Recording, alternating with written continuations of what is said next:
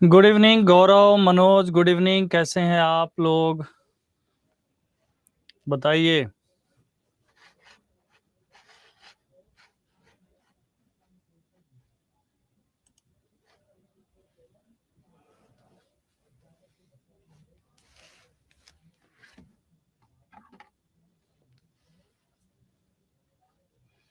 जय हिंद Chanda, Neetu good evening, Ashutosh, Diwakar, Rambali, Gaurav, Irfan, Himanshu, Sanjeev, good evening सभी को।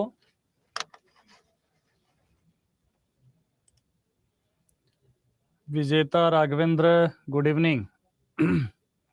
अमित, पोल यूज नहीं करिएगा। बिल्कुल अमित, पोल यूज नहीं करेंगे। शुभ संध्या, Neeraj. Santosh good evening, Roohi good evening,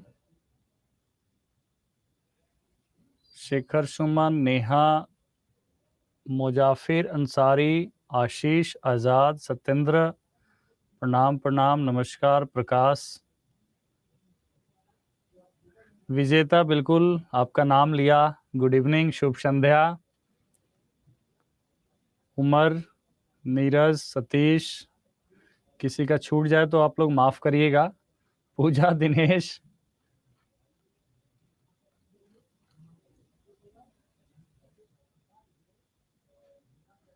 ठीक है। तो आज के क्लास में भी हम लोग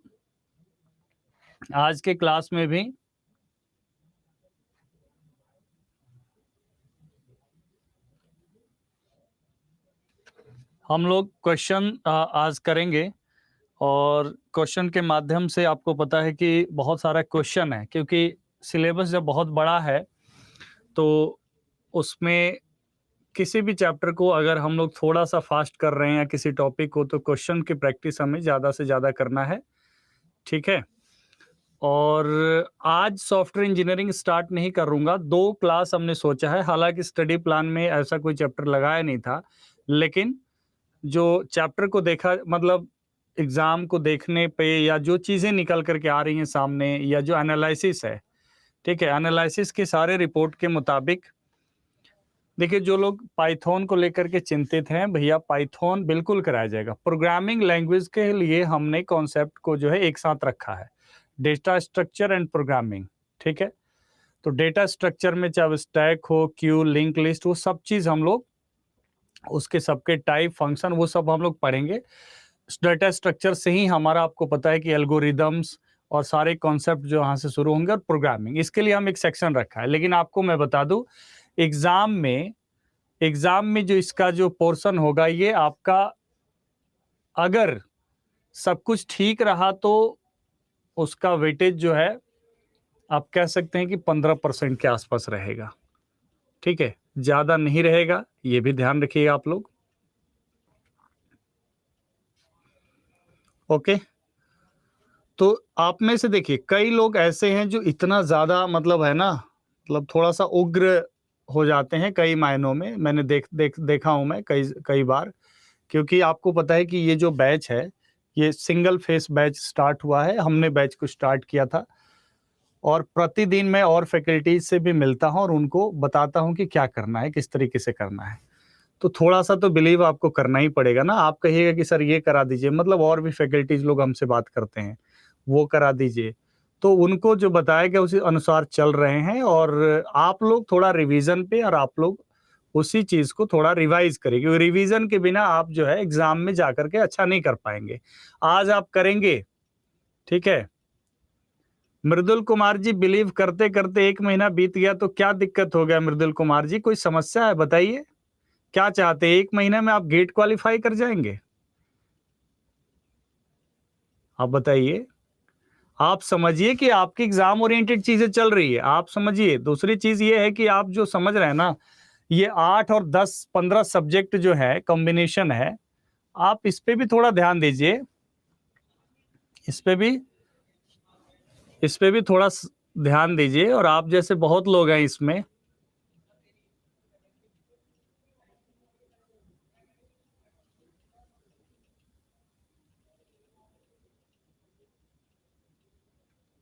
और जीएस का जो सेक्शन है ना वो कॉमन है, जीएस का सेक्शन कॉमन है, तो उसका लेवल बहुत हाई नहीं रहेगा, ये भी ध्यान दीजिए आप लोग, ठीक है। बहुत हाई क्या होता है, बीपीएससी का पेपर उठा के देख लीजिए ना, पिछले साल का बीपीएससी का पेपर।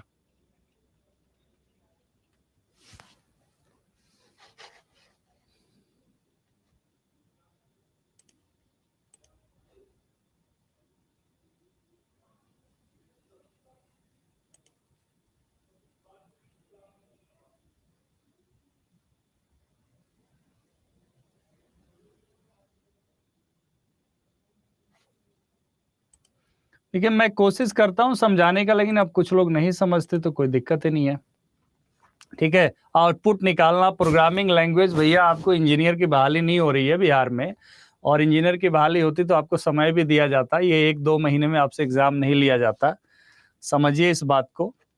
और अभी क्वेश्चन जो प्रैक्टिस कराया जा रहा है आईबीपीएस एसओ लेवल का कराया जा रहा है, तो उस लेवल से कम ही होगा, और वो आप कर लेते हैं तो उसके 80-70% में भी आप बहुत अच्छा परफॉर्म करेंगे। लेकिन यही है कि जब तक एग्जाम नहीं होगा यकीन दिलाना मुश्किल है, बट जिनको समझ में आ रहा है वो लोग बिल्कुल मिसगाइड ना हो, वो अपना काम करते रहें और रिवीजन करें। रिवीजन जितना पढ़े उसी का रिवीजन, उसी का प्रैक्टिस।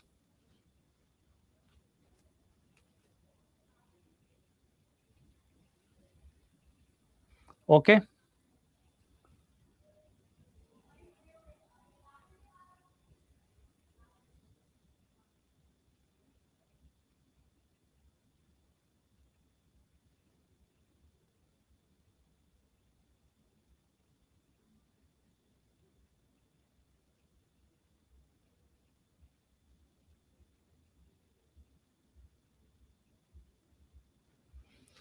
यहां ध्यान देंगे आप। एसक्यूएल इज ऑल बट, क्या होगा आंसर?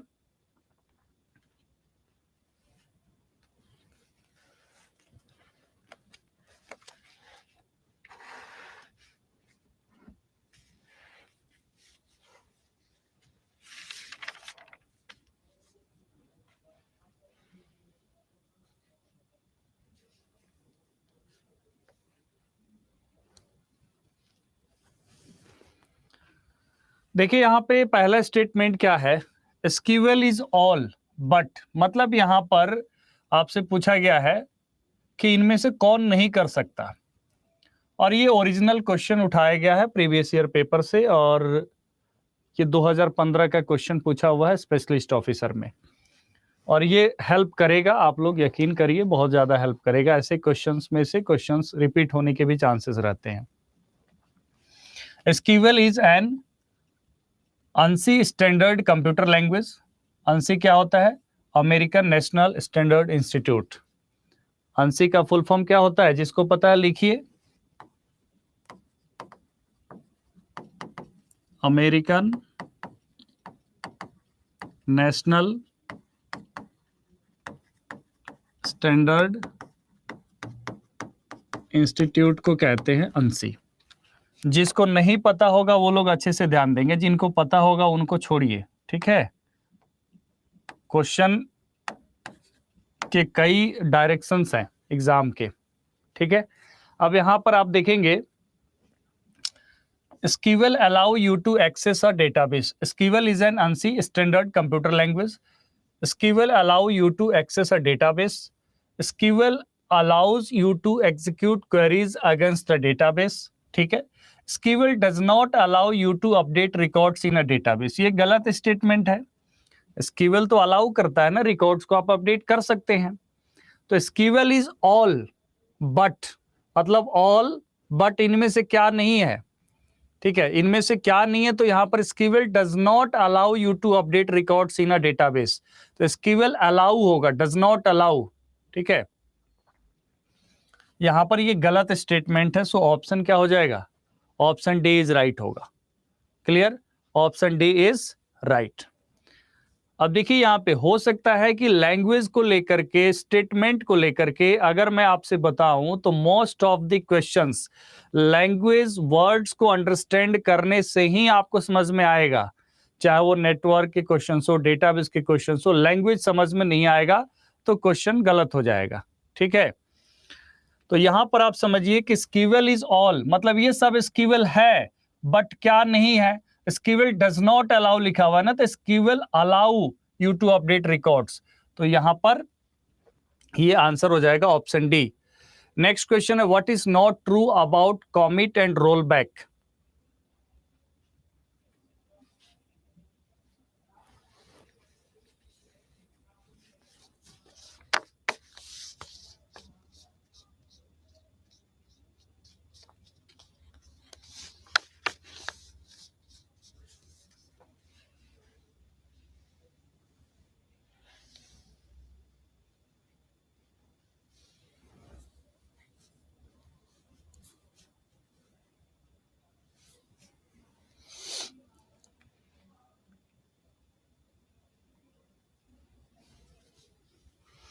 दूसरा क्वेश्चन है, what is not true about commit and roll back.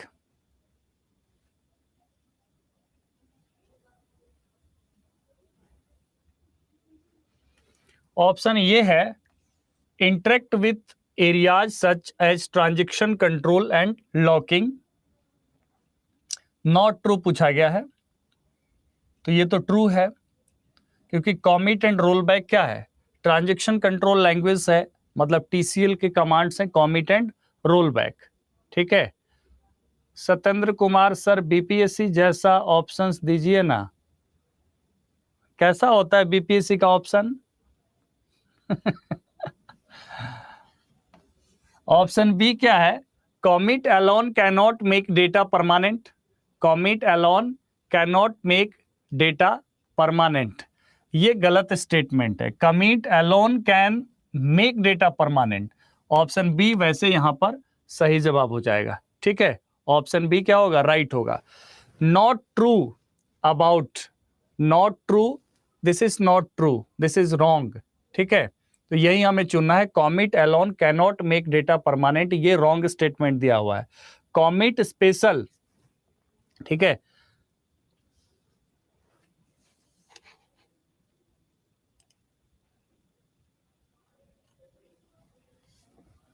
Okay. तो यहां पर both terminate any open transaction and release any locks held on data. Both maintain consistency of database. Consistency का मतलब क्या होता है, डेटाबेस की करेक्टनेस, मतलब डेटाबेस के डेटा जो होने चाहिए, अगर दो जगह पर सेम डेटा एग्जिस्ट कर रहा है तो दोनों करेक्ट होना चाहिए, दोनों मिसमैच नहीं होना चाहिए। ठीक है, तो उसके बाद आप देखेंगे next question, the normal form that is not necessarily dependency preserving is second normal form, third normal form, BCNF, fourth normal form, none of these.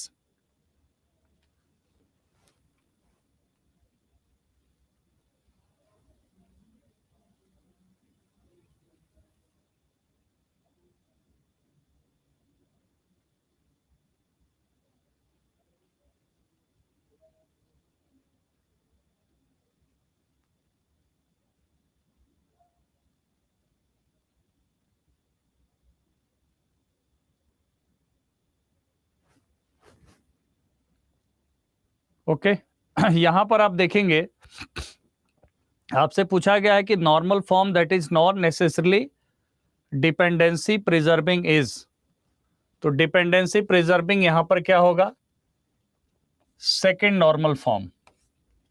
Not necessarily dependency preserving is second normal form, answer होगा option A. ठीक है, यहां पर आप देखेंगे कि not necessarily dependency preserving का मतलब होता है जो यहां पर फुली डिपेंडेंसी हो। फुल डिपेंडेंसी किस में होगा, सेकेंड नॉर्मल फॉर्म में होगा। Partial dependency is not allowed. Okay, next question क्या है, पहले आप लोग प्रैक्टिस करिए इसमें, जहां जहां आपको प्रॉब्लम है मैं खुद समझ रहा हूं, आपको दिक्कत आया होगा वहां पे, मैं उसको एक्सप्लेन करता हूं। A fill in the blanks does not have a distinguishes attribute if its own and mostly are dependent entities which are part of some another entity. Weak entity, strong entity, non-attributes entity, dependent entity, none of these. Transitive dependency कैसे होगा भैया? Transitive dependency तो आपके third normal form में होता है, जो allow नहीं करता है।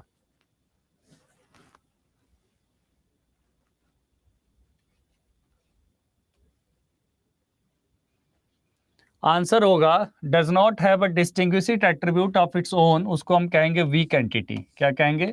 Weak entity. Option A is right. Next question क्या है? fill in the blanks is the complex search criteria in the where clause, is the complex search criteria in the where clause substring, drop table, predict, predicate, none of these।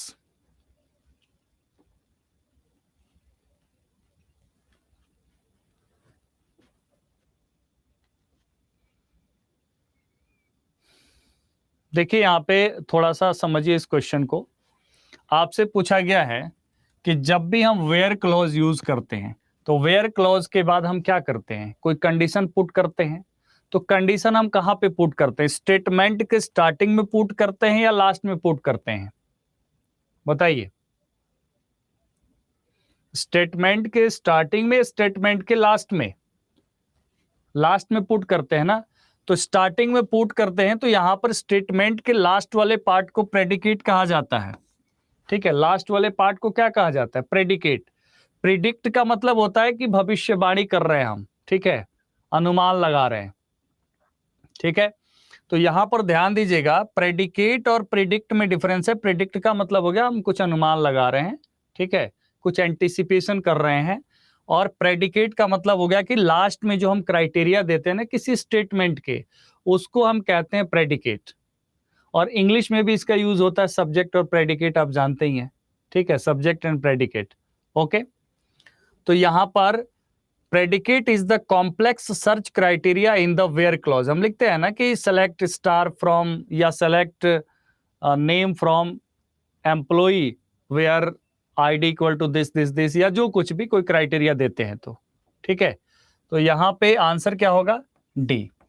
एक बात और मैं बता दूं, ये आप लोगों के बहुत ज्यादा घबराहट के चलते मैं यहां पर ये क्वेश्चन का ये लेवल आपको पुट कर रहा हूं, लेकिन यहां पर इसमें से कुछ क्वेश्चंस जो है 50% वो आपके एग्जाम के लिए बहुत ही जरूरी हैं। 50% क्वेश्चन है कि थोड़ा बहुत जो है एम्बिग्विटी दूर करने के लिए जरूरी है। आप समझ रहे हैं ना? तो इसलिए आपको ये चीज लेकर के चलना है। जैसे होता है ना कि बहुत ज्यादा गड़बड़ाहट कुछ लोगों के पास है, कुछ सम ऑफ द पीपल, उनका मैं देखते रहता हूं, हमारे पास आता है, तो इस वजह से। नेक्स्ट क्वेश्चन क्या है? और ये कलेक्टिव एफर्ट से होगा। कलेक्टिव एफर्ट जो है, कलेक्टिव एफर्ट नहीं होगा तो नहीं होगा। आप लोग खुद ही इस बात से बहुत वाकिफ हैं कि जब हम बीटेक और एमसीए करते हैं तो हम कितने सब्जेक्ट और कितने टाइम में पढ़ते हैं। ठीक है, अभी हमारे पास है कम समय है, उस कम समय में हमें चीजों को लेके चलना है। ठीक है, कुछ ऐसे पॉइंट्स हैं, मुझे पता है कि उस जगह पे अगर हम फास्ट चल रहे हैं तो आपको डाउट्स क्रिएट होंगे। कुछ जगह पे हम पीडीएफ का अगर हेल्प ना लें तो वो हाईली इम्पॉसिबल कि उतने कम टाइम में हो पाएगा, आप भी जानते हैं। ठीक है, वो एक टॉपिक छोटा सा लेके हम 2 घंटा बका देंगे, लेकिन उससे क्या समझ में आएगा? ना आपके पास कोई सपोर्टिव मटेरियल होगा, और आपके पास कोई मटेरियल नहीं है। आप बुक ले लीजिए, कोई भी बुक उठाइए, बुक लोग ले रहे हैं कम, हमारे पास कंप्लेन आ रहा है कि सर इसमें तो कुछ दिया ही नहीं है, सर इसमें ये नहीं दिया, सर उसमें ये नहीं दिया, इसमें 2 पेज में ये खत्म कर दिया। क्या है बताइए, उससे क्या हो जाएगा? और अभी ये टाइम नहीं है कि आप किताब उठाइए, कि डेटाबेस का एक किताब उठा लीजिए, डीसीएन उठा लीजिए, आपका सी प्लस प्लस उठा लीजिए, जावा उठा लीजिए। बताइए कितना उठाइएगा किताब? वो किताब उठाने से होगा?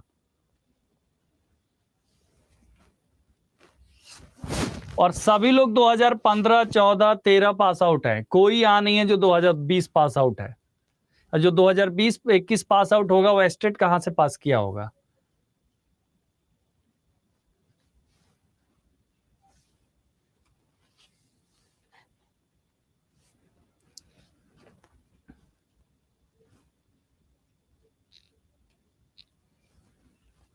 यहां पर आप देखेंगे, ये प्रेडिकेट आपको समझ में आ गया नेक्स्ट आपका है विच डेटाबेस लेबल is closest to the user.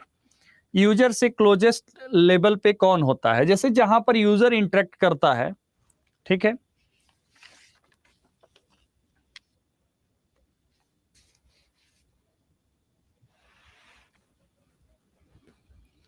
तो आंसर क्या होगा?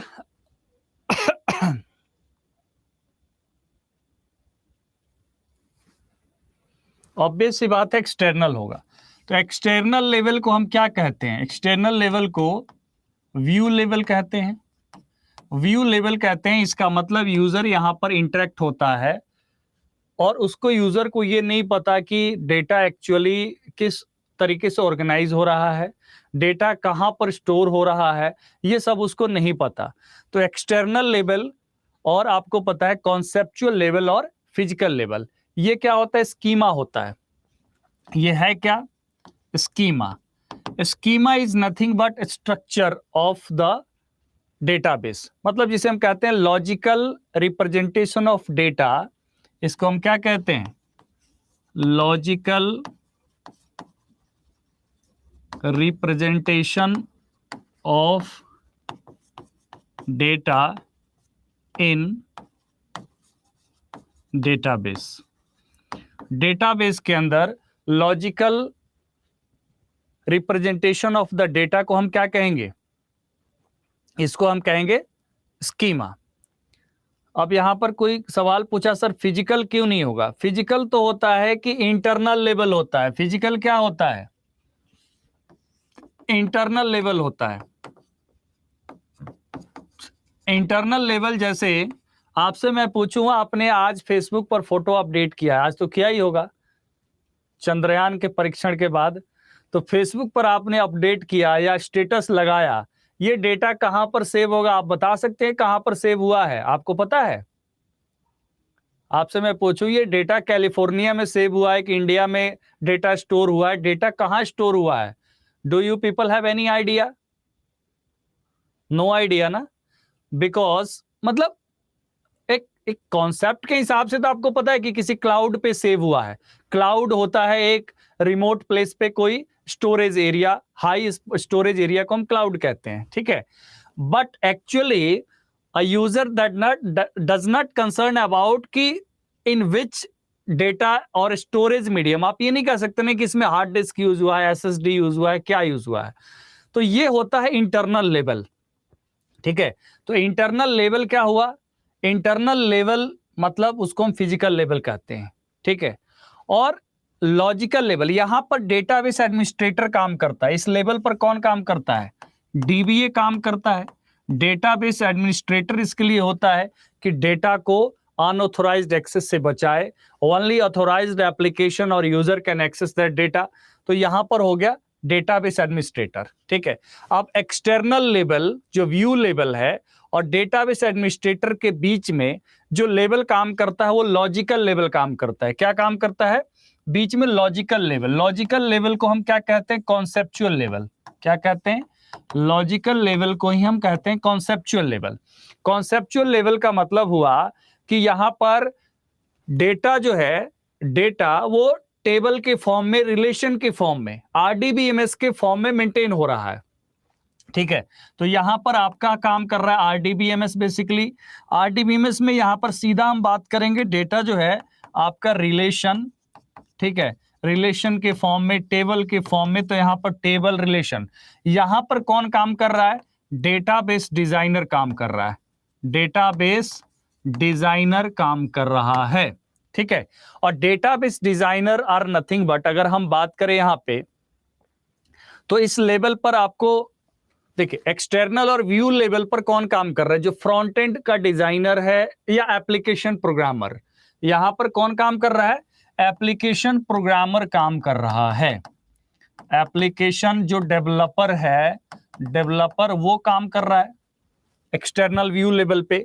यहां पर लॉजिकल लेवल, कॉन्सेप्चुअल लेवल पे कौन काम कर रहा है? यहां पर डेटाबेस डिजाइनर काम कर रहा है, डेटाबेस को डिजाइन करना, ठीक है। और उसके बाद यहां पर आप देखेंगे इंटरनल लेवल पे तो डेटाबेस एडमिनिस्ट्रेटर काम कर रहा है। तो how data is organised in such a way that it become accessible easily accessible, update करना, इंसर्ट करना आसान हो, तो ये यहाँ पर लॉजिकल लेवल है, ठीक है, कॉन्सेप्चुअल लेवल। और फिजिकल लेवल कहाँ पर डेटा सेव हो, ठीक है। अब एक बात बताइए, इन सब चीजों में चेंजेस तो होते होंगे, मतलब how the data is organised, table formats, ये सब बदलते तो होंगे ना, स्ट्रक्चर तो बदलता होगा। तो क्या यूजर को कभी फर्क पड़ा? आप डेली गूगल सर्च करते हैं या डेली जीमेल खोलते हैं, तो जीमेल खोलते हैं, तो जीमेल खोलने के बाद ज्ञानेंद्र जी, फिजिकल लेवल और इंटरनल लेवल में कोई फर्क नहीं होता है भैया, वही तो हम बताए हैं यहाँ पे, और आप सुनते नहीं है, इसका मतलब है, ठीक है। अब यहाँ पर देखिए, मैंने ये बताया कि आप जीमेल यूज करते हैं, फेसबुक यूज करते हैं, तो आपको थोड़ा बहुत अपडेट हुआ तो फॉर्म यूजर इंटरफेस ही तो पता चलता है, बाकी वो डेटा कहां से कहां रखा गया, कहां से कहां भेजा गया, आपको कुछ पता नहीं चलता। तो इसको यहां पर ये समझना है कि यहां पर दो प्रकार का इंडिपेंडेंस होता है। एक होता है फिजिकल डेटा इंडिपेंडेंस, यहां पर ध्यान दीजिए, डेटा इंडिपेंडेंस जो होता है, डेटा इंडिपेंडेंस दो प्रकार का होता है। एक होता है logical data independence, data independence, ठीक है, और एक होता है फिजिकल डेटा इंडिपेंडेंस, ठीक है। Logical data independence and physical data independence, समझ गए, लॉजिकल एंड फिजिकल। अब यहां पर any changes made at the physical structure, physical level पर अगर कोई भी चेंजेस हुआ है इंटरनल लेवल पर, तो वो लॉजिकल लेवल को इफेक्ट नहीं करेगा। ध्यान से समझिए, लॉजिकल लेवल कहने का मतलब how the data is stored in the form of table, relation, whatever, how much table is, how many tables are required, how tables are connected to each other, ठीक है। तो ये सब जो चीजें हैं, आपको ये समझना है कि इसको आपको समझना है कि इस पर फिजिकल स्ट्रक्चर में कोई बदलाव हुआ, इसका कोई प्रभाव नहीं पड़ता है। इंटरनल स्ट्रक्चर में जैसे कि डेटा यहां से उठा के वहां रख दिया, तो इसका प्रभाव लॉजिकल लेवल पर नहीं होता है, ठीक है। तो इसको हम कहेंगे फिजिकल डेटा इंडिपेंडेंस। क्या कहेंगे? Physical data independence. अब यहां पर देखिए, what is logical data independence? Any changes made at the logical level, मतलब conceptual level, will not affect the user interface और view लेवल और external लेवल। तो इसको हम कहेंगे, मतलब ये जो लेवल है, लॉजिकल लेवल, कॉन्सेप्चुअल लेवल, इसमें कोई भी बदलाव होगा ये एक्सटर्नल लेवल को इफेक्ट नहीं करेगा। इसको हम कहेंगे, जो हम जैसा देखते हैं वैसा ही देखते रहेंगे डेली, तो इसको हम कहेंगे लॉजिकल डेटा इंडिपेंडेंस। और फिजिकल लेवल पर, इंटरनल लेवल पर कोई भी चेंजेस हुआ है, इससे कॉन्सेप्चुअल और लॉजिकल लेवल पर कोई प्रभाव नहीं पड़ेगा। इसको हम कहेंगे फिजिकल डेटा इंडिपेंडेंस। क्या कहेंगे? Physical data independence. आप समझ गए?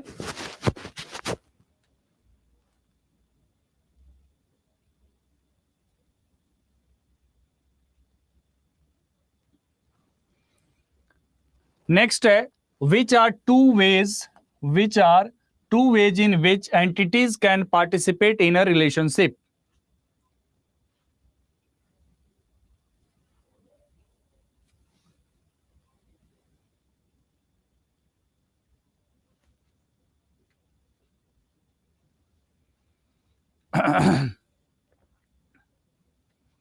Which are the two ways in which entities can participate in a relationship?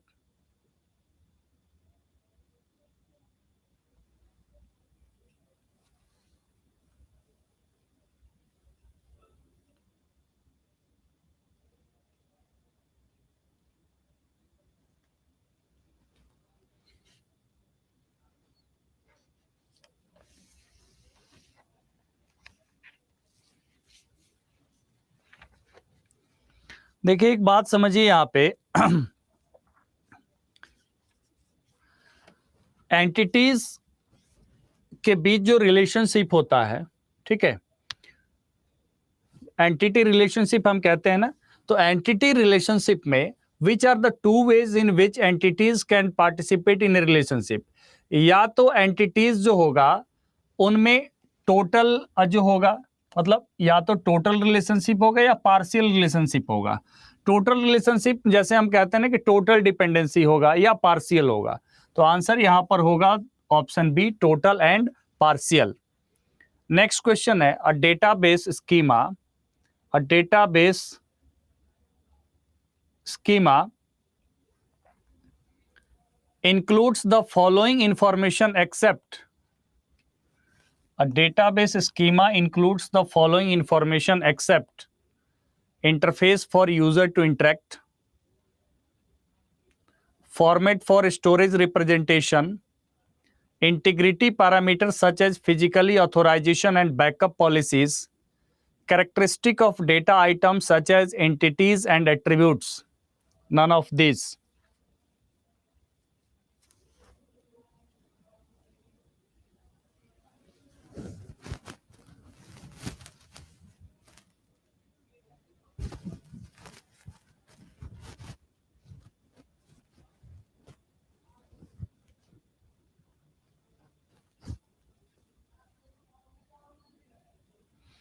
देखिए अभी हमने बात किया था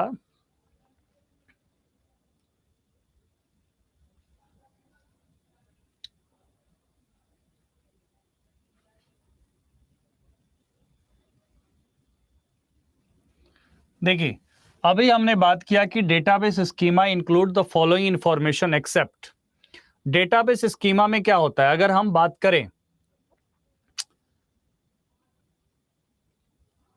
एक तो सबसे पहली बात अगर हम अप लेवल की बात करें, ठीक है,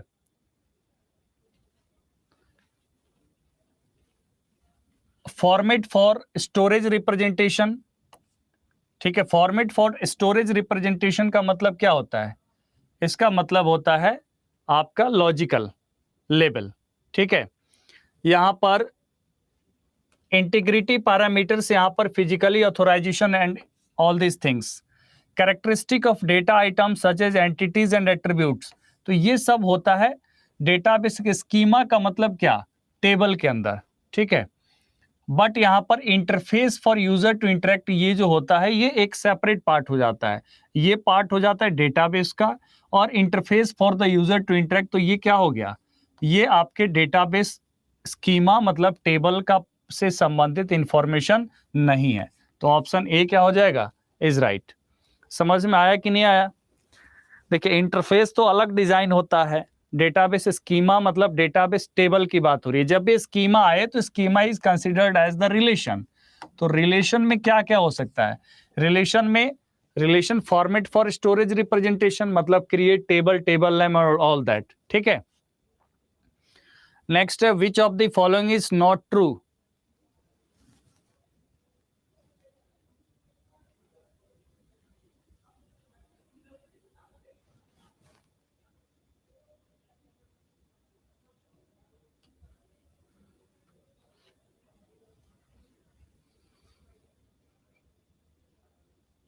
स्कीमा मीन्स स्ट्रक्चर, यहां पर ये समझिए स्कीमा मीन्स स्ट्रक्चर।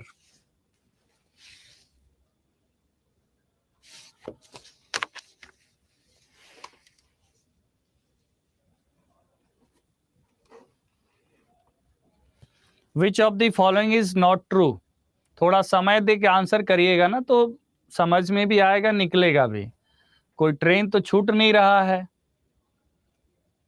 कि पहले कर देंगे तो हमें प्राइज मिल जाएगा। थोड़ा सा समय लीजिए क्योंकि हम लोग प्रैक्टिस में है, एग्जाम टाइम में तो स्पीड बढ़ाइए जैसे जैसे आपको ठीक लगे। Which of the following is not true, external view highest level of abstraction as seen by the user, conceptual view sum total of database management system users views, ठीक है। internal level middle level of abstraction, internal level how the data are physically stored। तो यहां पर which of the following is not true आपसे पूछा गया है, बताइए।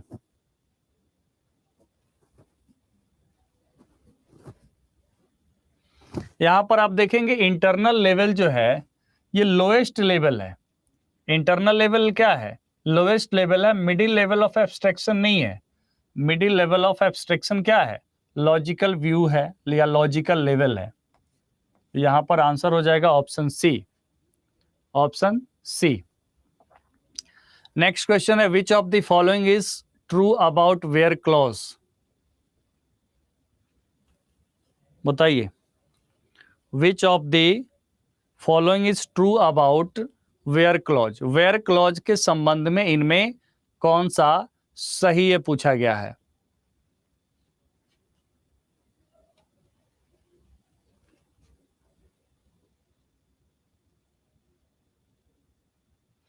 सबसे पहली बात, वेयर क्लॉज जब हम अप्लाई करते हैं मतलब ये कंडीशन है, ठीक है।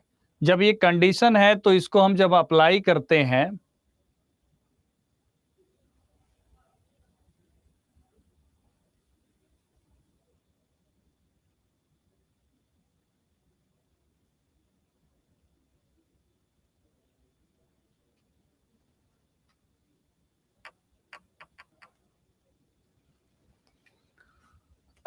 यहां पहला ऑप्शन है does not include a comparison predicate is true about.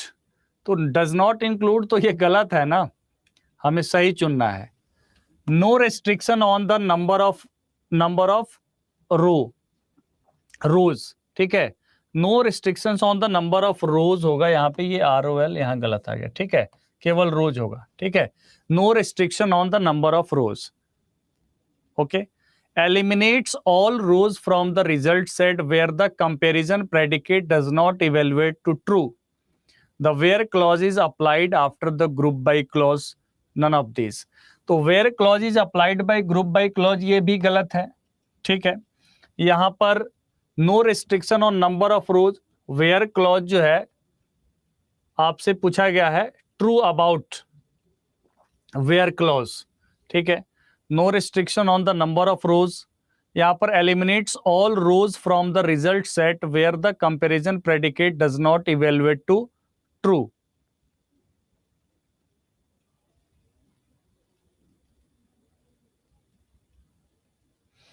यहां से हमें वेयर क्लॉज के बारे में सही कथन चुनना है। आप लोगों का आंसर में देख लो क्या आ रहा है।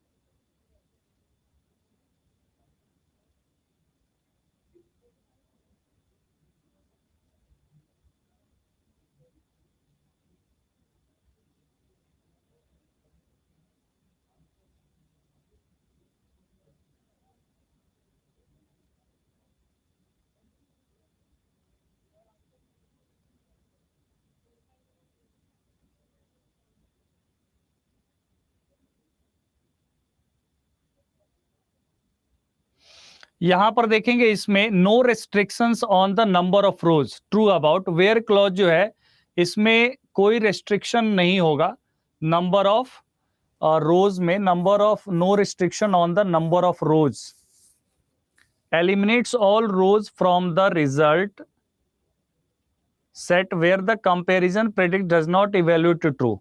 तो ऑब्वियस सी बात है, यहां पर देखिए मोस्ट एप्रोप्रिएट सी ही है इस क्वेश्चन में। मोस्ट एप्रोप्रिएट जो है आंसर क्या लग रहा है, सी ही है, ठीक है। तो सी इज राइट। यहां पर देख रहे हैं जब भी हम कोई कंडीशन अप्लाई करते हैं तो क्या करता है, अगर वो condition does not evaluate to true, अगर वो कंडीशन सही नहीं हो रहा है, गलत हो रहा है, तो क्या करता है उस रोज को क्या करेगा, एलिमिनेट कर देगा रिजल्ट सेट से, उसे क्या कर देगा, एलिमिनेट कर देगा। केवल उसी को दिखाएगा, शो करेगा that is true, not true वाले को क्या कर देगा, एलिमिनेट कर देगा, ठीक है। नेक्स्ट है वेयर क्लॉज हम लगाते ही कंडीशन तो एलिमिनेशन नहीं होता है, एलिमिनेशन बिल्कुल होगा। कंडीशन ट्रू होगा तो रिजल्ट देगा, कंडीशन रॉन्ग होगा तो एलिमिनेट कर देगा।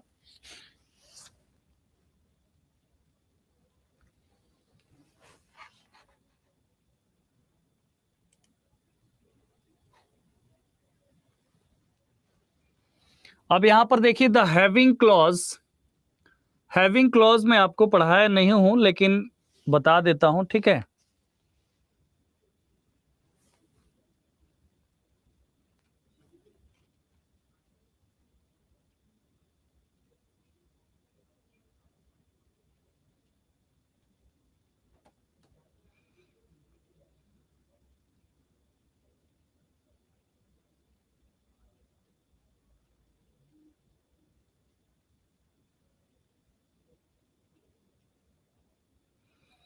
बताइए, the having clause includes a comparison predicate using to eliminate rows after the group by clause is applied to the result set.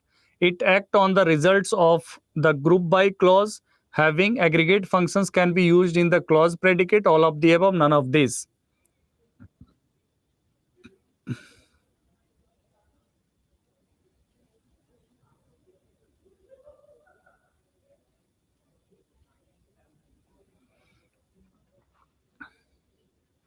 Having clause include a comparison predicate used to eliminate rows after the group by clause is applied to the result set. It acts on the results of the group by clause. Having it act on the results of the group by clause. Having okay, aggregate function can be used in the clause predicate. Okay, use किया जा सकता है function को, ठीक है. And all of the above. देखिए यहाँ पे answer all of the above होगा. मैं आपको थोड़ा सा कुछ आपको बता रहा हूँ, ठीक है. थोड़ा ध्यान से सुनिएगा. All of the above is right.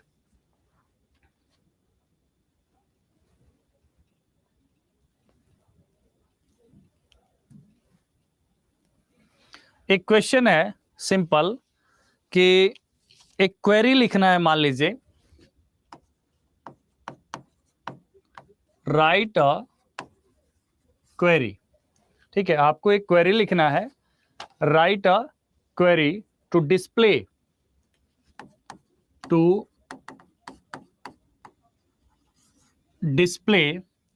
all the departments name,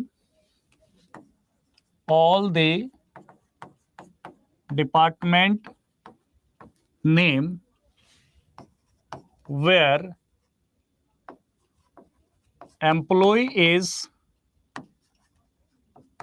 greater than 2, ठीक है. अब सपोज इसके लिए क्वेरी लिखना है लेस देन 2 या greater than 2, whatever. Write a query display all the department names where number of employee is less than 2 या greater than 2, ठीक है. अब इसके लिए क्वेरी लिखना है तो इसमें यहां हैविंग क्लॉज यूज होगा, ठीक है. यहां पर हैविंग क्लॉज यूज होगा. जैसे अगर मान लीजिए आप सेलेक्ट स्टेटमेंट यूज होगा. सेलेक्ट डिपार्टमेंट फ्रॉम एम्प्लॉय, ठीक है. Select department from employ. Group by, यहां पर ग्रुप बाय यूज होगा. ग्रुप बाय डिपार्टमेंट, यहां पर हैविंग क्लॉज होगा. हैविंग क्लॉज यहां पर यूज होगा. हैविंग काउंट फंक्शन यहां पर यूज होगा. Count star is greater than 2, is greater than 2, okay. ये स्टेटमेंट ऐसे यूज होगा. उस क्वेश्चन में आपसे यही पूछा गया था कि क्या वहां पर एग्रीगेट फंक्शंस मतलब ये मैथ फंक्शंस या कोई भी फंक्शन यहां पर हम यूज करते हैं, ठीक है. ओके.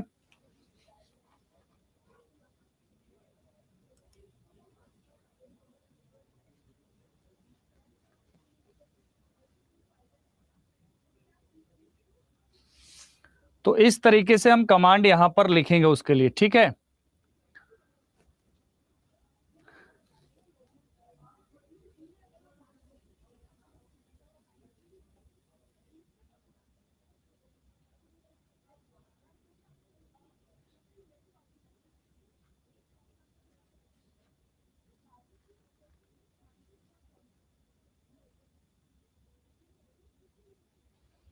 ओके. आज क्वेश्चन थोड़ा टफ हो गया ना? टफ नहीं है, ठीक है, प्रैक्टिस के लिए. चलिए अगले क्वेश्चन पे चलिए. इसको एक बार रिवाइज करिएगा आप लोग भी. Okay.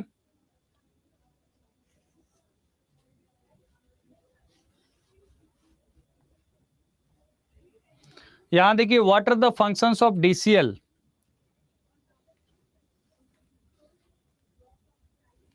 What are the functions of DCL? handling the authorization aspect of data, permitting the user to control who has access to see or manipulate data within the database. Answer क्या होगा? Answer both A and B होगा, both A and B होगा। ये बीपीएससी का question है, मतलब बीपीएससी ऐसे ही क्वेश्चन पूछेगा। ओके, नेक्स्ट क्वेश्चन क्या है? Which of these are the activities done by RDBMS? Which of these are the activities done by RDBMS? Take note of authorizations, take note of constraints, update variables according to authorization and constraints, all of the above.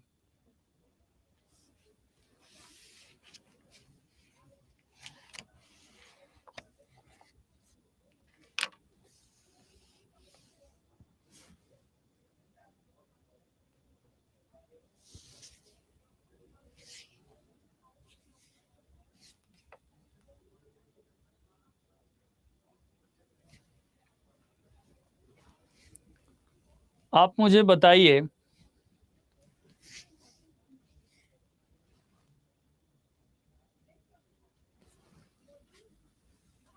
take note of authorization, take note of constraints, update variables according to authorization and constraints। यहां पर answer क्या होगा? Option C होगा। ठीक है, option C is right answer. Which of these are the activities done by RDBMS? Update variables according to authorisations and constraints. यहां पर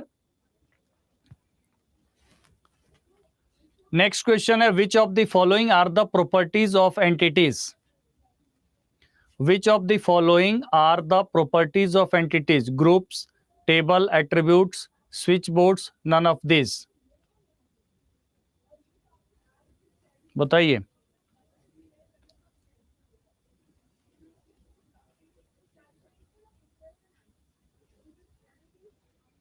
विच of the following are the properties of entities?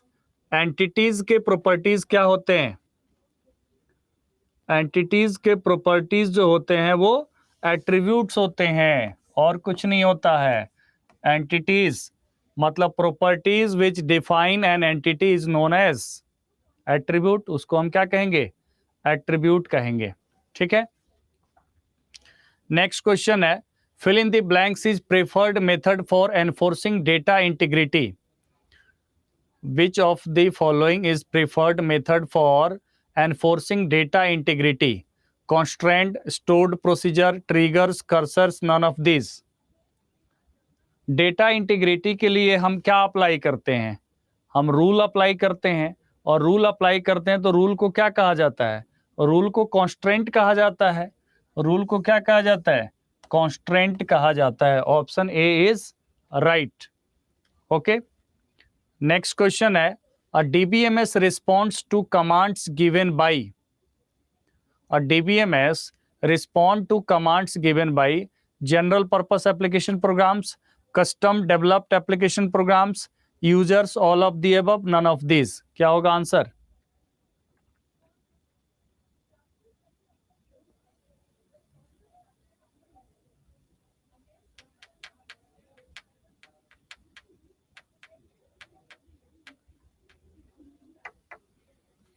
All of the above होगा, option D. ठीक है, easy question है। Next है, a case SQL statement is which of the following. देखिए, case statement वैसे programming language में जो यूज होता है, सिमिलरली स्क्यूएल में भी यूज होता है। जब हमारे पास इफ एल्स करके स्टेटमेंट होते हैं, इफ देन एल्स, तो यहां पर इसका यूज किया जाता है। ठीक है, जैसे प्रोग्रामिंग में हम केस स्टेटमेंट्स यूज करते हैं, यहां पर हम क्या यूज करते हैं? इफ देन एल्स को भी इंप्लीमेंट किया जाता है इसके द्वारा। स्क्यूएल में केस स्टेटमेंट के द्वारा इफ देन एल्स इसको इंप्लीमेंट किया जाता है।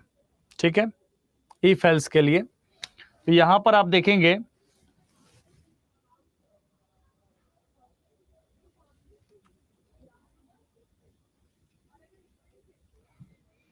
the result of a SQL select statement is report, file, page, table, form.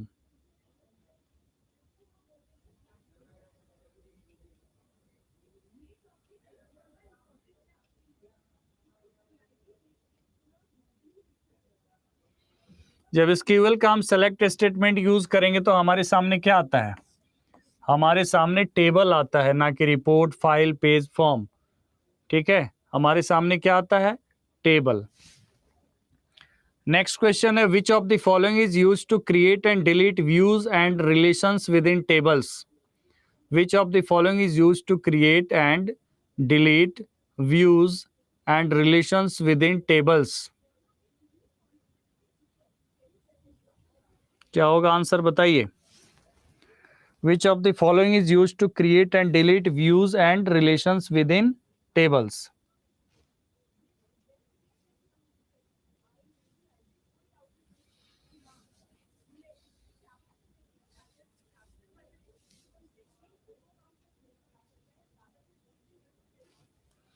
ये डिफाइन किया जाता है किसके द्वारा? डेटा डेफिनेशन लैंग्वेज के द्वारा। Data definition language. नेक्स्ट होगा, DBMS perform several important functions that guarantee the integrity and consistency of the data in the database. Which of the following is not one of those functions? DBMS performs several important functions that guarantee the integrity and consistency of the data in the database. Which of the following is not one of those functions?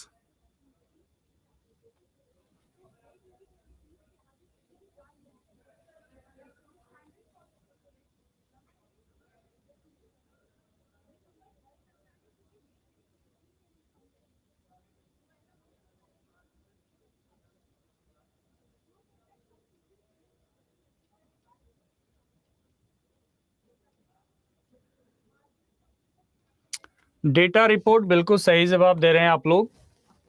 ठीक है, answer is B, data report.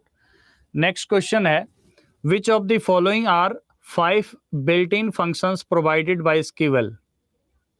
मतलब यहां पर जो built in function दिया हुआ है 5 SQL provide करता है, आपको चूज करके बताना है।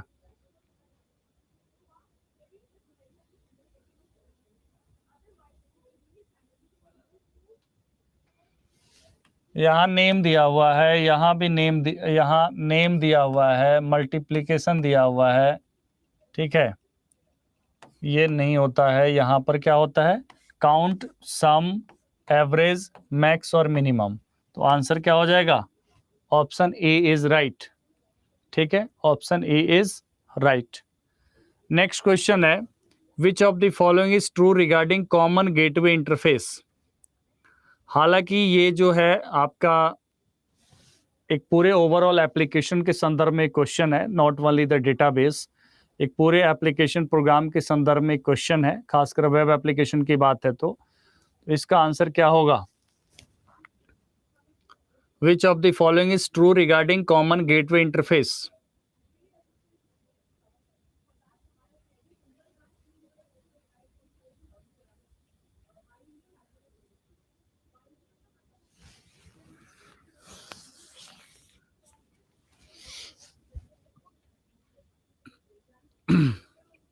देखिए यहाँ पे पहला स्टेटमेंट जो है लिखा हुआ है, इसमें गलती इसलिए है कि लिखा हुआ है may be written in SQL, may be written in any language, और SQL तो डेटाबेस के लिए है ना, क्वेरी लैंग्वेज है।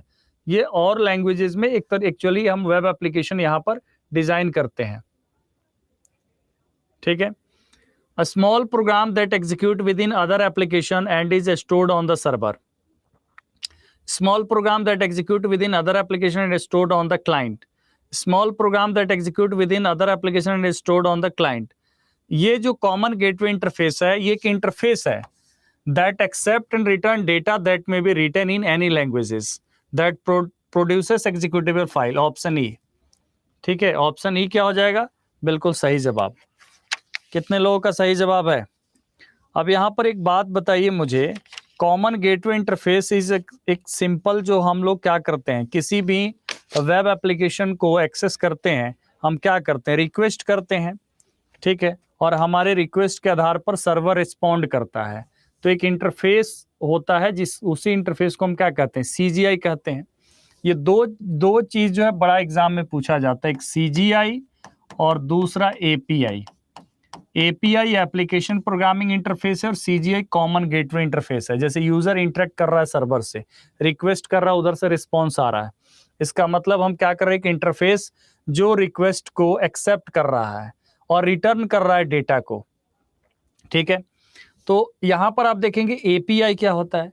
एपीआई होता है कि कोई भी एप्लीकेशन है, कोई भी एप्लीकेशन है, अगर उस एप्लीकेशन के कुछ फंक्शनैलिटीज को आप यूज करना चाहते हैं, सपोज जैसे आप कोई एप्लीकेशन बना रहे हैं फूड डिलीवरी के लिए, कोई ऐप बना रहे हैं और उसमें आपको मैप चाहिए, तो आप खुद का मैप थोड़े ना बनाओगे, आप खुद का मैप तो बनाओगे नहीं। आप क्या करोगे, आप गूगल मैप वाले के मैप को यूज करोगे। तो इसके लिए क्या करोगे, गूगल एपीआई दे रहा है उसका, तो आप क्या करोगे, एपीआई यूज कर लोगे। आप जैसे एक लॉगिन पेज बना रहे हो, रजिस्ट्रेशन बना रहे हो, तो रजिस्ट्रेशन में क्या है कि आप खुद का अपना लॉगिन ना क्रिएट करके आप क्या कहते हो, आप कहते हो कि गूगल के थ्रू हम लॉगिन ले लेंगे। मतलब आप उसी के ईमेल आईडी के थ्रू आप क्या कर रहे हो, अपने एप्लीकेशन में एक्सेस दे रहे हो। तो वो गूगल से आप क्या कर रहे हो, उस एपीआई को ले रहे हो। मतलब एपीआई किसका यूज कर रहे हो, गूगल का एपीआई यूज कर रहे हो। तो कुछ एपीआई जो होते हैं वो फ्री होते हैं, फ्री टू यूज होते हैं, कुछ एपीआई होते हैं जो पेड होते हैं। तो API is nothing but application programming interface. इसी को हम कहते हैं कि आप किसी दूसरे मतलब एप्लीकेशन के पार्ट फंक्शनैलिटीज को आप अपने में यूज करना चाहते हैं, तो आप किसके थ्रू कर सकते हैं, एपीआई के थ्रू कर सकते हैं, that is application programming interface. ठीक है, API can access by any application कह सकते हैं, बट जरूरी नहीं है। ठीक है, चक्कर आ रहा है सवाल देखकर, चंदन भैया चक्कर से काम नहीं ना चली। हाँ, पेमेंट गेटवे है, तो पेमेंट गेटवे हम क्या करते हैं, यूज कर लेते हैं, एज ए एपीआई इंटीग्रेट करते हैं अपने अपने एप्लीकेशन में। ओके,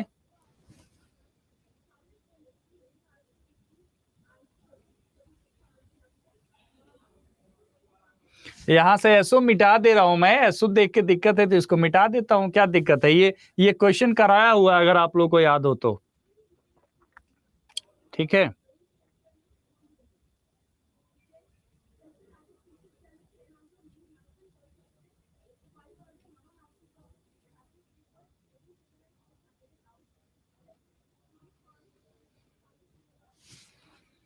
चलिए एक छोटा सा ब्रेक के बाद पढ़ते हैं।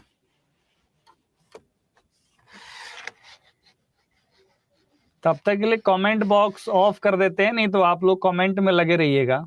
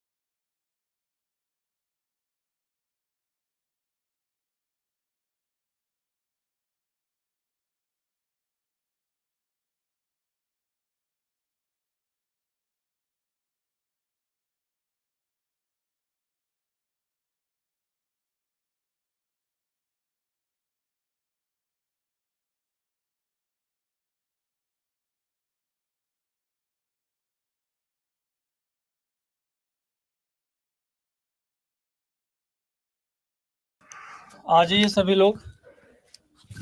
एक बात मुझे बताइए, आप लोग, आप में से कितने लोग हैं जो एक बार क्वेश्चन कर लिए? अगर मान लीजिए सामने बोर्ड पर आपको क्वेश्चन दिख गया, स्टेटमेंट्स आप पढ़ लिए और आंसर का पता चल गया कि इसका आंसर होगा, अगर वो क्वेश्चन आपके एग्जाम में आ जाता है तो कितने लोग ऐसे हैं जो बिल्कुल सही आंसर कर देंगे बिना बिना ज्यादा पढ़े हुए क्वेश्चन को? बताइए मुझे।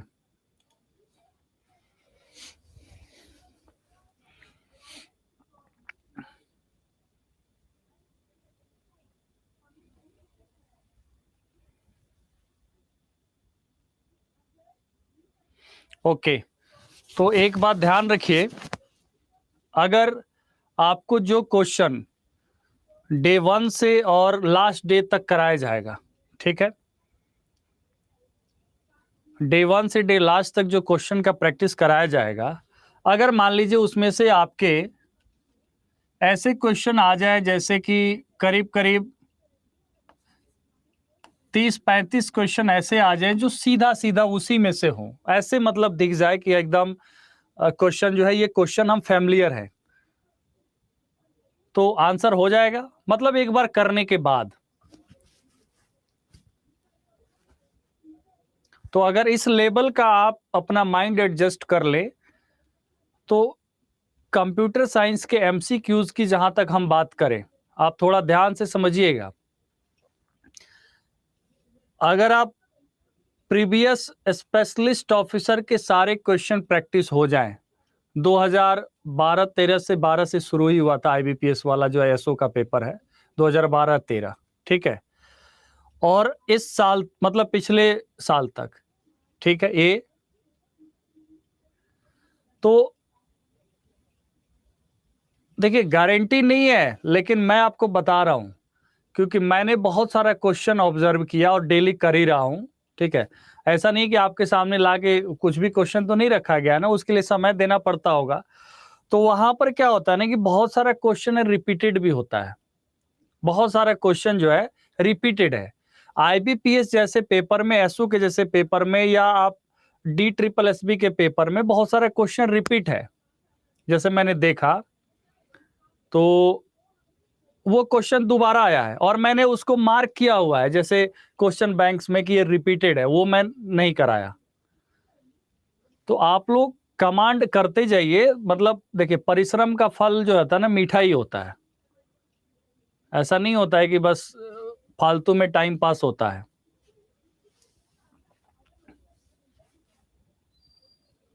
नेक्स्ट क्वेश्चन ये है कि which of the following is used to create and delete views and relations with in tables?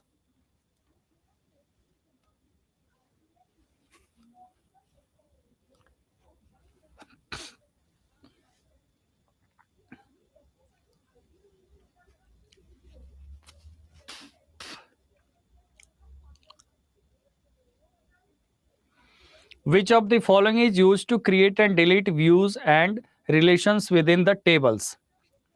बताइए। Create and delete views and relations within the tables. Data definition language. Next question है, देखिए ये जो question मैंने अभी कराया ये question भी रिपीटेड है, ठीक है।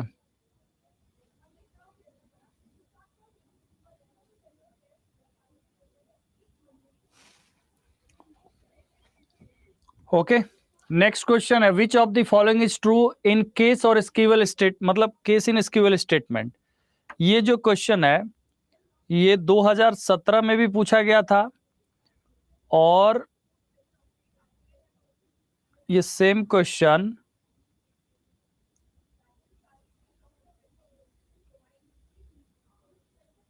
2016 में भी पूछा गया था, ठीक है, 2016 में भी और 2017 में भी।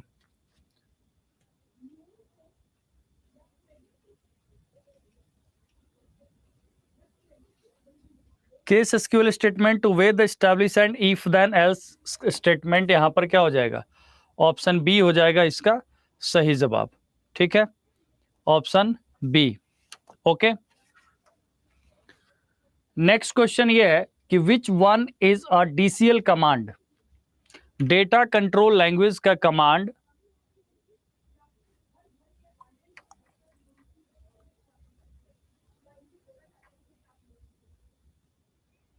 डेटा कंट्रोल लैंग्वेज कमांड जो है इनमें से कौन सा है, बताइए।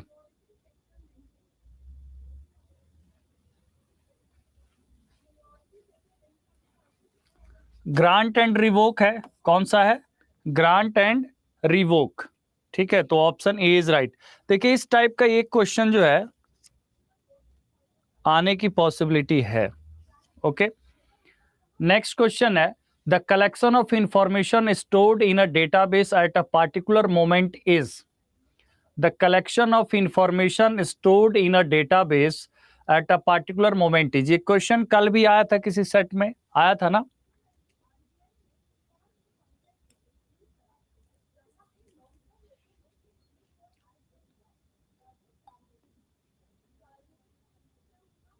The collection of information stored in a database at a particular moment is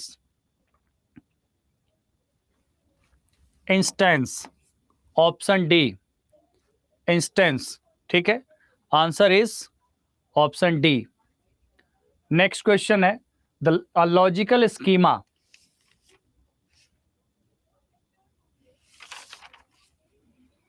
और logical schema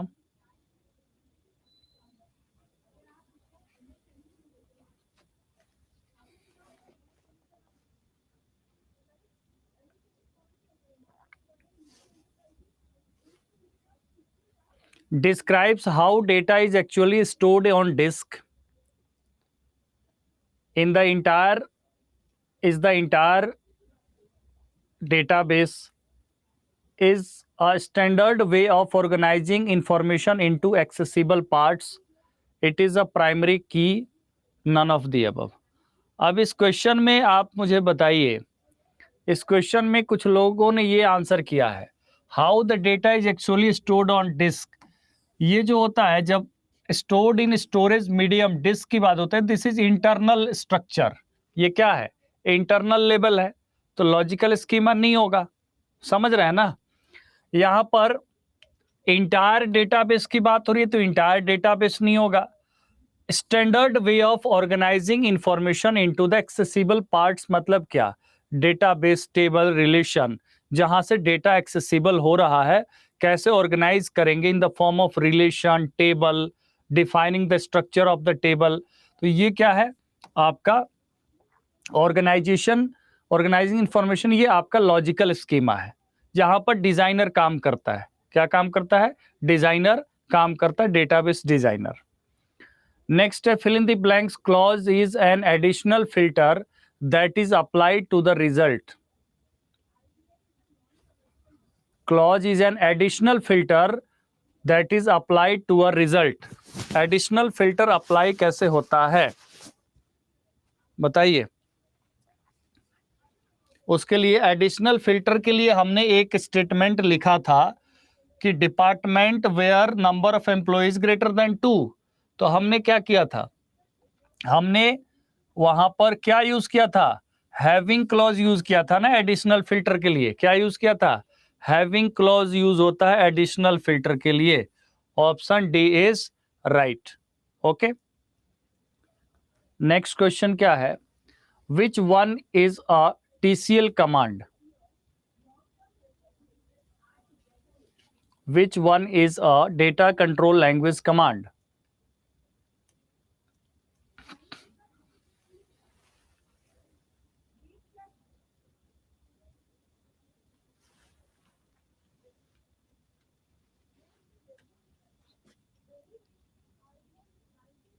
Revoke, option C.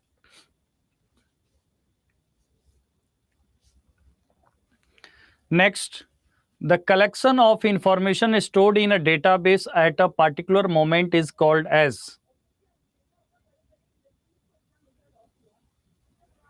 the collection of information stored in a database at a particular moment is called as instance of database. ये भी repeat हो गया आज भी। Next है, ये 2 साल में पूछा गया इसलिए रिपीट हुआ है, ध्यान देंगे यहाँ पे 2018 में भी आया हुआ क्वेश्चन, इसलिए रिपीट हुआ है। तो हमने अलग अलग ईयर से क्वेश्चन लिया है। नेक्स्ट है, cardinality in relational data model is considered as. कार्डिनलिटी in relational data model is considered as।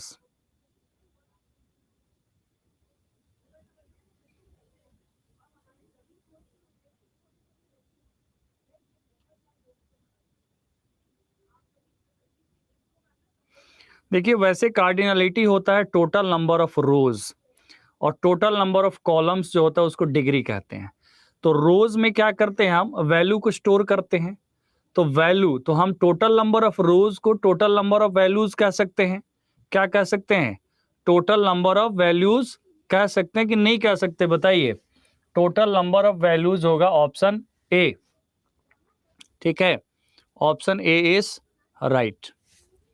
Next, which forms are based on the concept of functional dependency? Which forms are based on the concept of functional dependency?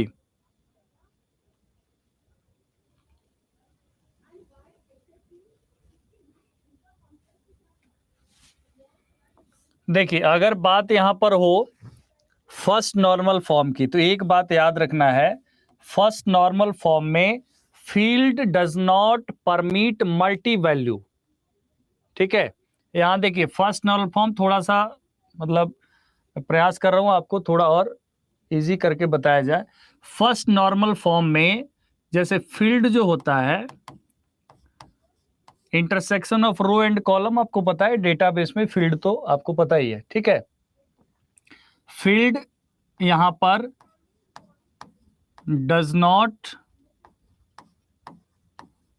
Not contain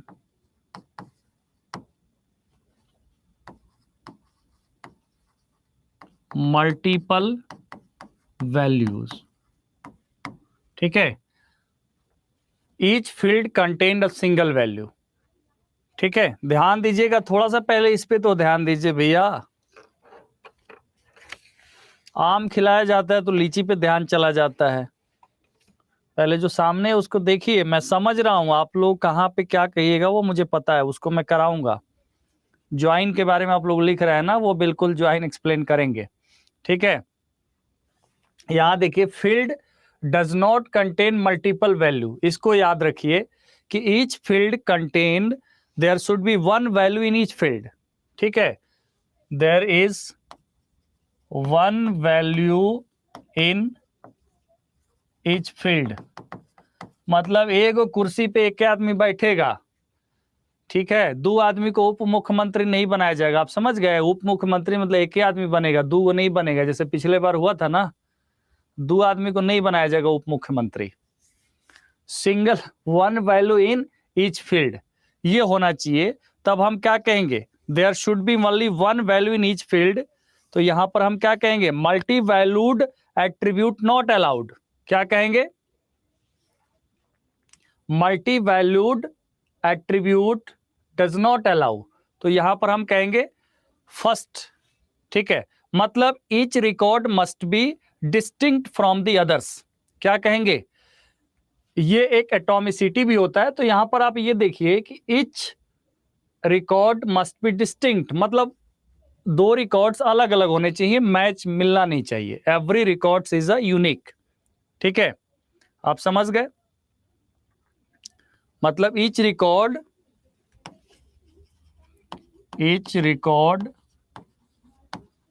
must be distinct. Distinct मतलब unique, repetition of values यहां पर नहीं होना चाहिए। ठीक है, अब यहां पर बात फर्स्ट नॉर्मल फॉर्म की, इतना याद रखिए। ठीक है, कि field does not contain multi value attribute, मतलब मल्टीपल वैल्यू नहीं होना चाहिए। Each cell each field contain a single value. बात यहां पर सेकंड नॉर्मल फॉर्म की है। तो सेकंड नॉर्मल फॉर्म में याद रखना है आपको कि पहले तो सेकंड नॉर्मल फॉर्म के लिए पहले तो टेबल जो है रिलेशन उसको फर्स्ट नॉर्मल फॉर्म में होना पड़ेगा।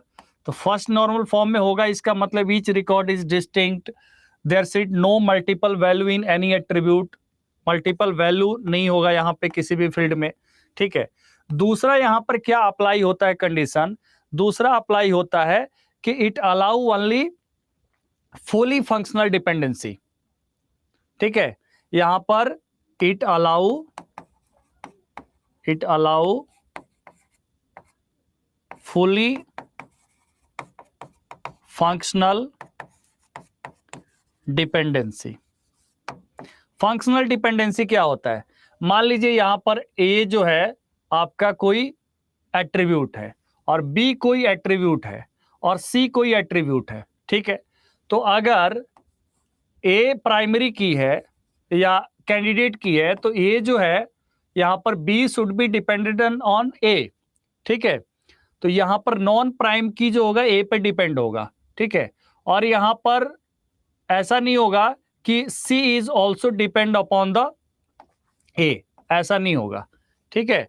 तो यहां पार्शियल डिपेंडेंसी नहीं होगा, पार्शियल डिपेंडेंसी इस केस में अलाउड नहीं होगा, it should be a full dependency, okay.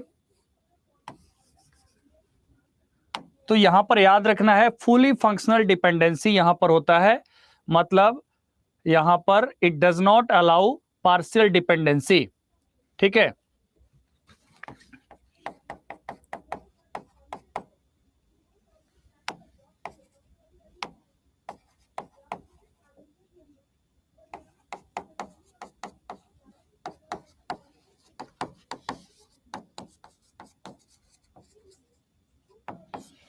जब हम बात करेंगे थर्ड नॉर्मल फॉर्म की, तो थर्ड नॉर्मल फॉर्म में क्या हो जाता है कि सबसे पहले तो ये सेकंड नॉर्मल फॉर्म में होना चाहिए, ठीक है। सबसे पहले तो सेकंड नॉर्मल फॉर्म में होना चाहिए and it does not allow transitive functional dependency, ठीक है। यहां पर कॉन्सेप्ट ऑफ ट्रांजिटिव डिपेंडेंसी जो होता है, तो ट्रांजिटिव डिपेंडेंसी जो है अलाउड नहीं होता है। तो यहां पर ये थर्ड नॉर्मल फॉर्म होता है और उसके बाद जब क्वेश्चन में आगे आएगा तो उसके अकॉर्डिंग आगे करवा दिया जाएगा, ओके। तो यहां पर आंसर क्या था, सेकेंड नॉर्मल फॉर्म। नेक्स्ट है which of the following system is responsible for ensuring durability. अगर आप BCNF तक याद रखते हैं तो आपका कंप्लीट हो जाएगा।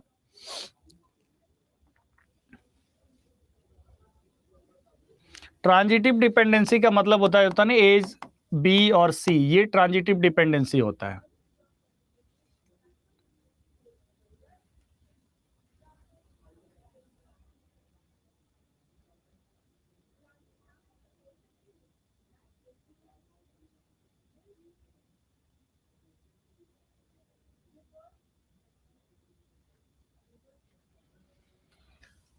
Which of the following systems is responsible for ensuring durability? Recovery system, atomic system, concurrency control system, compiler system, none of these. Recovery system. Answer क्या हो जाएगा, option A recovery system, okay. Next question क्या है, the spaces at the end of the string is removed by which SQL function. SQL का कौन सा function use होता है किसी स्ट्रिंग के लास्ट के स्पेसिस को रिमूव करने के लिए। And of the string,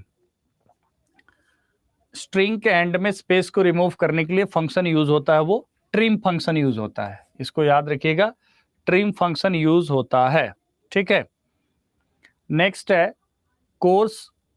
course ID, section ID, semester. इसमें course ID, section ID and semester are fill in the blanks and course is a fill in the blanks.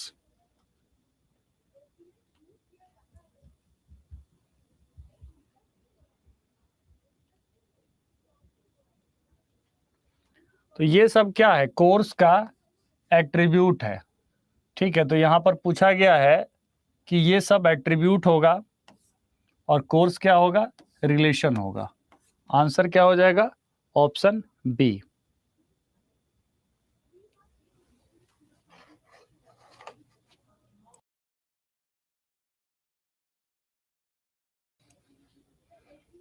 Okay, next है for second normal form tables, बताइए।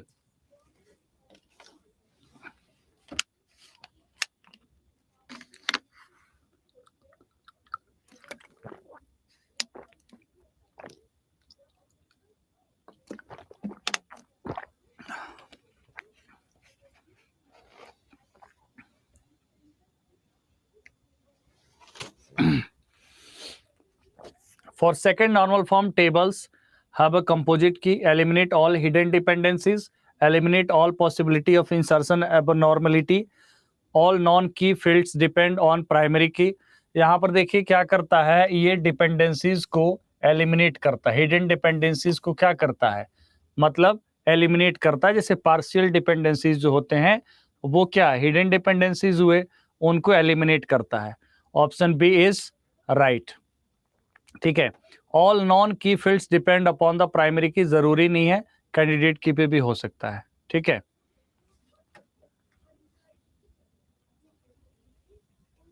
Next है in which normal form a composite attribute is converted into individual attributes.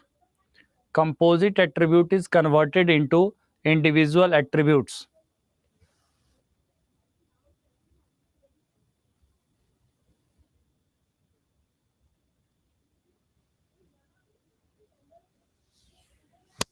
First normal form में होता है, किस में होता है, फर्स्ट नॉर्मल फॉर्म में।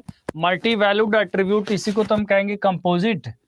ठीक है, consist of more than one value, तो उसको क्या किया जाता है, एवरी सिंगल वैल्यू में कन्वर्ट किया जाएगा, तो उसको हम कहेंगे first. Which normal form a composite attribute is converted into individual attribute, तो फर्स्ट नॉर्मल फॉर्म होगा क्योंकि it allow single valued attribute. Next है entity set in ER model is represented by. Entity set को, ठीक है ये E है, ठीक है, entity set in ER model is represented bye,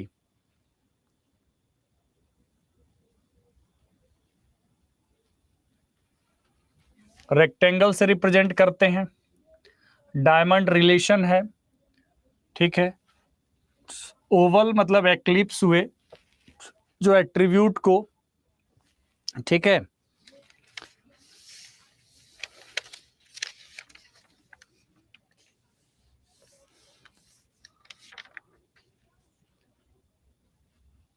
okay, line connection है, लाइन क्या है, कनेक्शन है,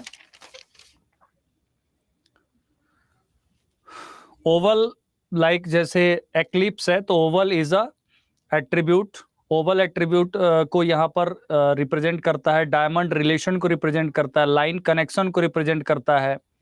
ठीक है, एंटिटी और उसके रिलेशन यहाँ पर क्या होता है, एंटिटी को रेक्टेंगल से हम शो करते हैं। ओके, नेक्स्ट है which operation allow merging of two relations by merging pairs of tuples one from each relation into a single tuple.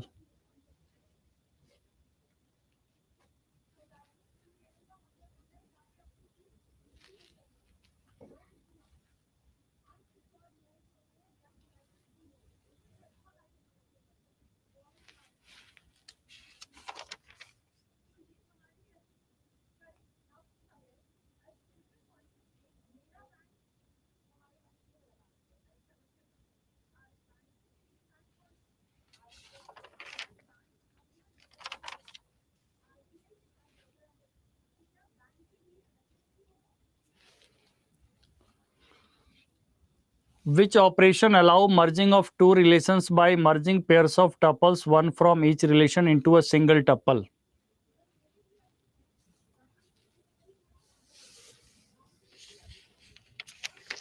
इसका आंसर होगा ज्वाइन। ठीक है, इसका आंसर क्या होगा, ज्वाइन, जो अब आपका एक ही ये रिमेनिंग पार्ट है। Next, which of the following is used with database, which of the following is used with database, EDI, credit card, ATM, payment gateway, data mining.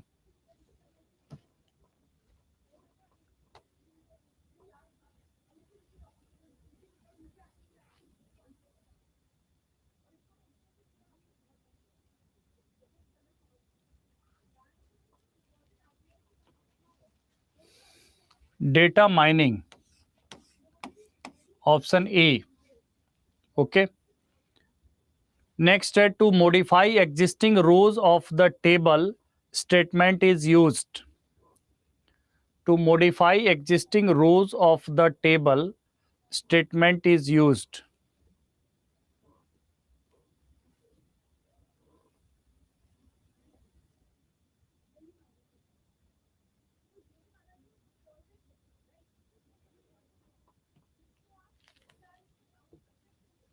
Existing rows को मॉडिफाई करने के लिए हम क्या करेंगे? अपडेट कमांड यूज करेंगे। क्या use करेंगे? अपडेट यूज करेंगे। ठीक है। नेक्स्ट है to drop a column that is used as a foreign key. Drop a column that is used as a foreign key, अगर उस कॉलम को ड्रॉप करना है जो फॉरेन की के रूप में यूज हुआ है, तो फर्स्ट हम क्या करेंगे?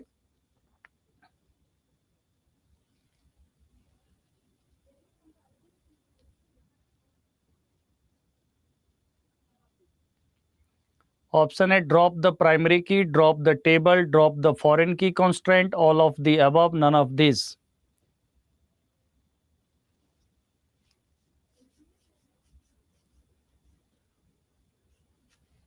देखिए इसमें क्या होगा, drop a column that is used as a foreign key, तो फर्स्ट हम क्या इसमें कर सकते हैं? Drop the foreign key constraint. Drop the foreign key constraint, यहां पर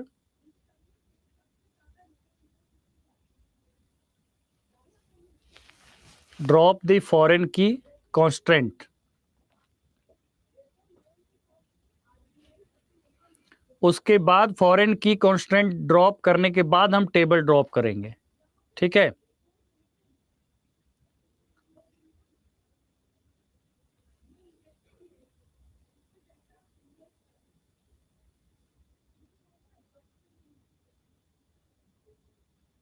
क्योंकि अगर इस केस में अगर हम पहले ड्रॉप टेबल करते हैं तो फिर वो दूसरा टेबल होगा वो मीनिंगलेस हो जाएगा। तो यहां पर पहले हम उस टेबल को क्या करेंगे? उस टेबल को, हम जो रेफर किया टेबल को, उसको हम क्या करेंगे? ड्रॉप करेंगे, सो दैट वहां पर फॉरेन की का कोई रिलेशन नहीं रहेगा, फिर रेफरेंस की के तौर पे यूज नहीं होगा, उसके बाद इसे ड्रॉप किया जाएगा। ठीक है।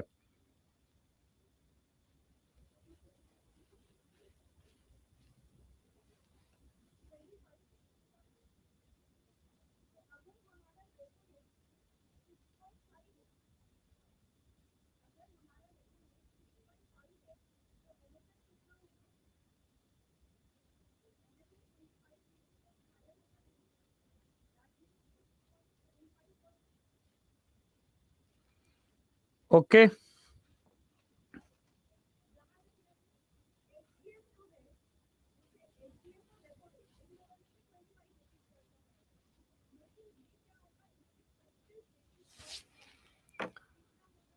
नेक्स्ट नहीं है आज, बस इतना ही क्वेश्चन, दैट्स ऑल।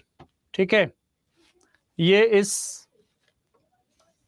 सीरीज में इतना ही क्वेश्चन था। तो कल हम लोग ज्वाइन वाले टॉपिक को करेंगे एंड सॉफ्टवेयर इंजीनियरिंग का टॉपिक शुरू होगा। ठीक है, अब थोड़ा देर आप लोग रुक जाइए, पीडीएफ ले लीजिए।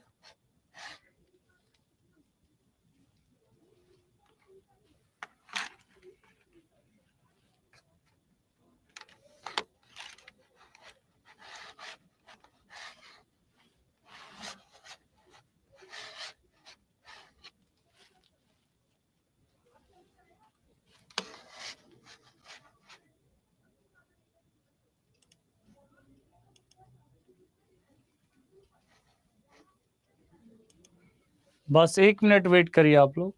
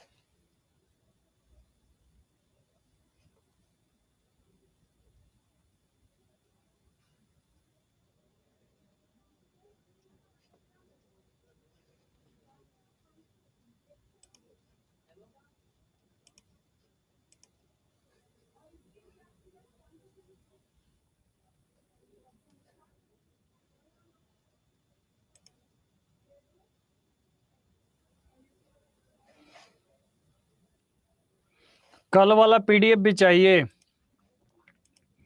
कल वाला।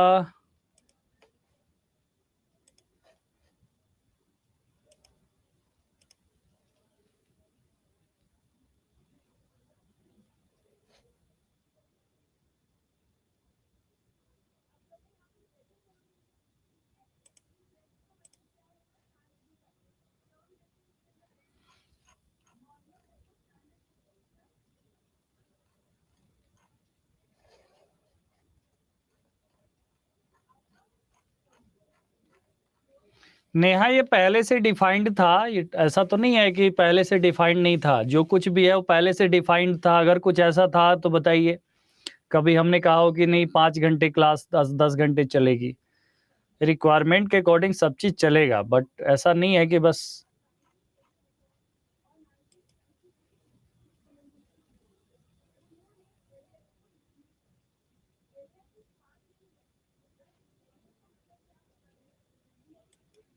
पंकज श्रीवास्तव जी, डेली का पीडीएफ आपको हम अगर ईमेल करें तो हमारे पास इतने लोग हैं, हम ईमेल करने में मतलब थोड़ा सा सबका कांटेक्ट ईमेल आईडी हमारे पास नहीं होता ना, ये बैकएंड के पास होता है, मैनेजमेंट के पास होता है।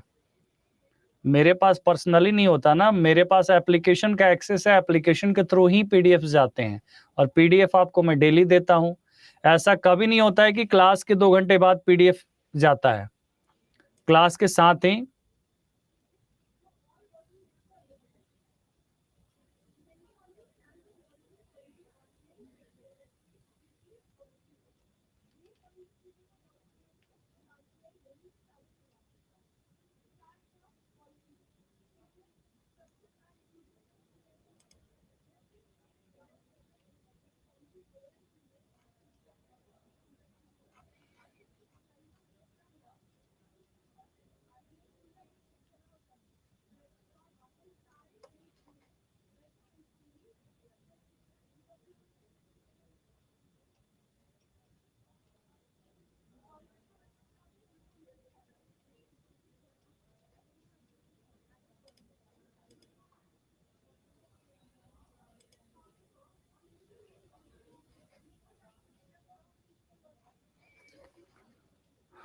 Okay, bye bye for today, मिलते हैं कल की क्लास में।